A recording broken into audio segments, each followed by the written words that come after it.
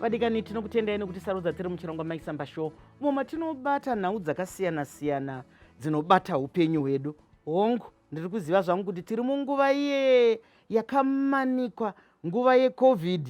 Hongu vadikani, Covid iriko, ngatiteererei mutemo, kugeza maoko, kugara takaparadzana, kuzora sanitize, kusafamba-famba. Aiwa, nhasi chirongwa chenyu chiri pano. Toda kutarisa nyaya yebarika. Vamwe vanoti chipari, handizivi kuti kwenyu munochiti kudini.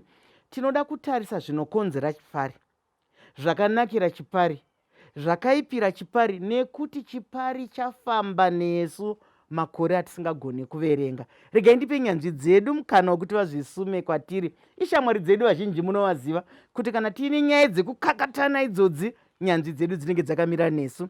Totanga nababa vari pedyo nesu.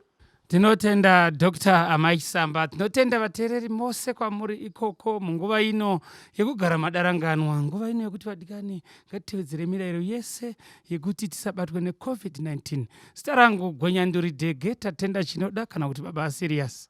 Tinokutendai nokunge muri pano baba serious. Tinotenda zvikuru nekuva pano nguva ino yekuti kufamba mazuva ano unofanirwa kunge wafungisisa kuti ndinoendepi ende ndoda kunoona ani kana ndoda kunotora chii. Asi tauya pano nekuti tine chinangwa, hatina kungofamba nhando. Saka zita rangu ndinonzi Pastor Margaret Chabuka. Semazuva ese nokuti nhasi mungatadza kundiona nokuti ndakapfeka iyi apron yemuromo. Ndinoti zviti ndiri mufundisi, ndiri mudzimai, ndiri mai, ndiri mbuya. Mazvita vateereri. Tinokutendai nokunge muri pano. Mazvita Mai Chisamba, makadini vadiwa vatariri. Zita ndini Delight muchazondida kana kuti mukoma wa serious wamanzwa achitarwa pano. Nhasi tine chirongwa chebarika, ndaya nembiya ningati barika remashoko. Ndinovimba tichagidzidzisana. Ndizvozvo, kana tichiuya nenyaya dzakadai, hatina watinenge takananga. Hatina kana nemazita, hatitozivi kana vanhu vatinotandadzana navo.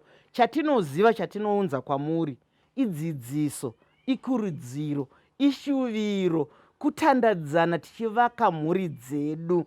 Zvinotivaka ndo zvatinotandanisana nazvo. Ndombotanga kuuya kwamuri Dhege, baba serious. Imi chipari kungochitarira zvenyu sedunga munhu, munochiona sei? Maita Dr. Mai Chisamba, nemiwo vateereri kwamuri mese kudzimba dzemhuri yeZimbabwe, mhuri yeAfrica, mhuri yepasi rino rese. Barika chipari tinochiona sei? Nyaya iyi Dr. Mai haidi kutumburana padumbu, haidi kubopa nekumuhwe, idzo nyanga dziripo. Inyaya yakadzika-dzika, inyaya yatondikoshera nokuti ndiri mwana wechipari kai. Ko ndo zvatonaka zveizvi, nokuti ndinendodorodzawo zvimwe zvandakaona mukufamba nemukukura.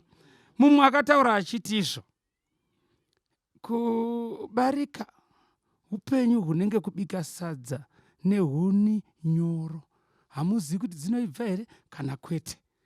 Zvazvinoreva ndezvekuti toda kutanga taona kuti kana kare kwainzi barika, nhasi hariko here Dr. Mai papanonzi masmall house aya, ndo patichafamba napo kuti zvino ichokwadika. Vakare vaigadzikana vokumbira mukadzi kuti ndandafunga kuti tiwande sadza riwande. Vadaro zvakare mukadzi aigona kugadzikana nemurume wake, ndandati nditore mai nini tichadzibata dzese idzodzo. Nhasi uno ndopakunzi small house. Tatenda zvikuru. Ndizvozvo, regai ndiuye kwamuri. Mashoko makukuta mataura manyatsoimaranzura mukaimaranzura. Regai ndiende pana mufundisi Chabuka. Baba waserious vari kutaura kuti hanzi kareko mudzimai aikumbirwa kuti ndoda mumwe mukadzi.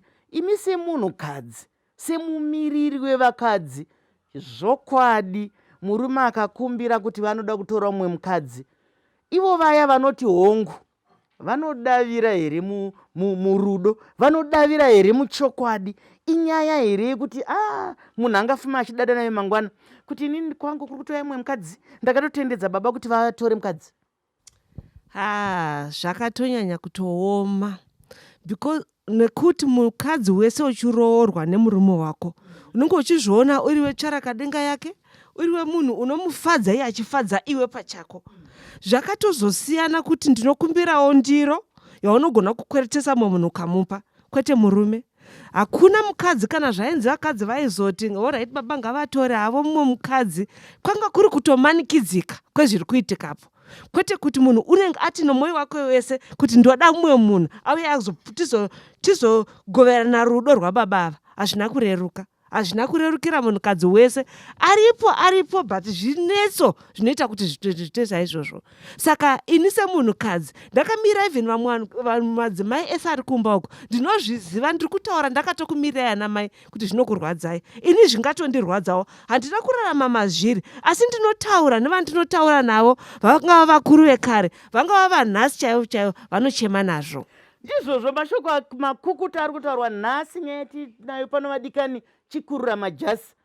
Pasta vari kutaura kuti aiwa, unenge uri mukona, unenge wamanikwa, unoita semunhu akatsikwa diti kunzi taura ndigoti ndibvise bhutsi yangu pauri kana kuti ndibvise chipfuwa chandakuisa pauri. Hanzi hakuna anombozvitaura murudo. Kana variko vakabvumidza varume vavo kutaura murudo, makasununga kutiridzira kana kutinyorera tigonzwa kuti imi makazvifambisa sei. Touya kwauri zijaya, nyaya yechipari kana makatarisa munoiona sei? Mazviita Mai Chisamba. Kufusha madzimai. Mazviita Mai Chisamba. Regai nditi iyi nyaya inodzamira chaizvo, nekuti kwatinobva sevechidiki vamunoona nhamo nematambudziko amwe anotiza pamba, vamwe panozviitika zvakaipa zviya, mudzi wacho kazhinji rinenge riri Barika. Regai nditi Mai Chisamba, ndida kuti ndibate nedama rekuti ko inzira dzipi dzinotipinza mubarika mutsvakiridzo dzatakaita. Muchaona pane barika mutsika dzeunhu redu dzakaita sekugaro kwenhaka, zvakaita sekuripiswa kwengozi. Uyu munhu asina chaanokwanisa kutaura panyaya iyi, anosvika achiiswa. Zvino chakaipa chii? Ndine rimwe Mai Chisamba riri kubva kune vechidiki Barika, vanoriti nechirungu situationship. Iri barika rekuti vanhu pavari kuenda kuzvikoro pai vari kunogara vana vari vairi, patinopinda mune imwe gwaro zvakare anonogara nemumwe, vachitoziva vose kuti tiri kuchinjana, ini pandiri paattachment ari kumbogara naningi. Iwavo maparika atida kutaura nezvavo Mai Chisamba, tochitasa zvazvakaipira. Ini ndinoti rakaipa, regai ndibva ndabuda pachena.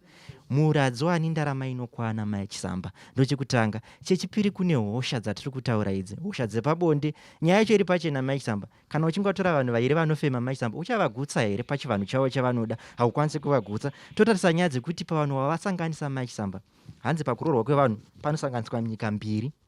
Wasanganisa nyika mbiri kaidzi vane maitiro akasiyana, chingave chiri chevanhu, vachanzwanana here pauri uri baba. Saka inyaya dzekuti tida kudziyanika dzesinhasi todzitanangura mune zvakanaka. Mazviita ndizvozvo mashoko makukutu dziri kubuda nyaya dzacho dzinotorakidza kuti zvatichatodhonza masvondo maviri kana akati kuti tiri panyaya iyoyo yebarika. Asi vadikani, regai nditi ngatiregei kunatsa zvinhu zvisina kunaka. Mabarika, hatisi kuti barika rakashata, asi ataura rimwe barika ringavhundutse vabereki. Munoziva kuti kana vana vakuenda kumayunivhesiti, vakuenda kumakoleji, vabereki tinenge takweshwa nenhamo. Pamwe taparadza pfuma yakawanda. Ndo rimwe barika rataurwa kana ana Delight kuti kune rimwe barika rekuti ndo zviripo, toshanda nezviripo, kuti vana vanongosvikogarisana semurume nemukadzi. Havana kana pfungwa yekuwanana, havana kana pfungwa yekudanana, asi vari kungogarisana kuti ndo zviripo. Izvozvo zvinoendeka here? Baba serious, muri kuiona sei? Dr. Mai, kuna mwana gete wekwarusape vanotodaidzira kuti murume chibage chakagochwa tinotsokonyorerana. Pataurwa namufundisi kapa vati isu madzimai, mukati memadzimai mune vamwe vakatomirira kuti dai murume auya nekwanguo. Saka zviri kwese kuti pane mudzimai wegoko wakanyorwa mumapepa. Mudzimai wegoko wakaita varume vangani? Vatatu. Kune vamwe madzimai ndonga vairi vatatu. Handizi kuti iro ibarika here kana chii. Chandada kuzama kuchuchusa pano ndechekuti kana munhu aine motikari dzake kana 5 unofanira kudzipa fuel yekuti dzifambe. Varume vaizviita kare, tikazvitarisisa kana mubhuku rezvitendero mune vamwe vane maparika avakaita. Tazvitarisisa kudaro tinoona kuti paive neuyava-yava hwekuchengetana, pasina chigugwa-gugwa gunda musairira mbudzi makwai. Nekuda kwekuti izvo unofanira kuziva kuti anomedza bhonzo anenge achitemba huro yake Mai Chisamba kuti yakakura. Zvino vechidiki mazuva ano vongoita kukusha madzimai vasikana. Pano napapa mabhasi stop ega ega pane musikana, havagoni kuzovariritira. Kushata kwaro kushata kwemunhu aritanga asina chiriritiro, asina chekuzopa vanhu ivava. Vana vachiita kukanga waya, kuseva nechiutsiva mwaiseva nemuto, ndo pane nyaya chete ipapo. Ndo zvataurwa nomukoma wasiriasi uyo.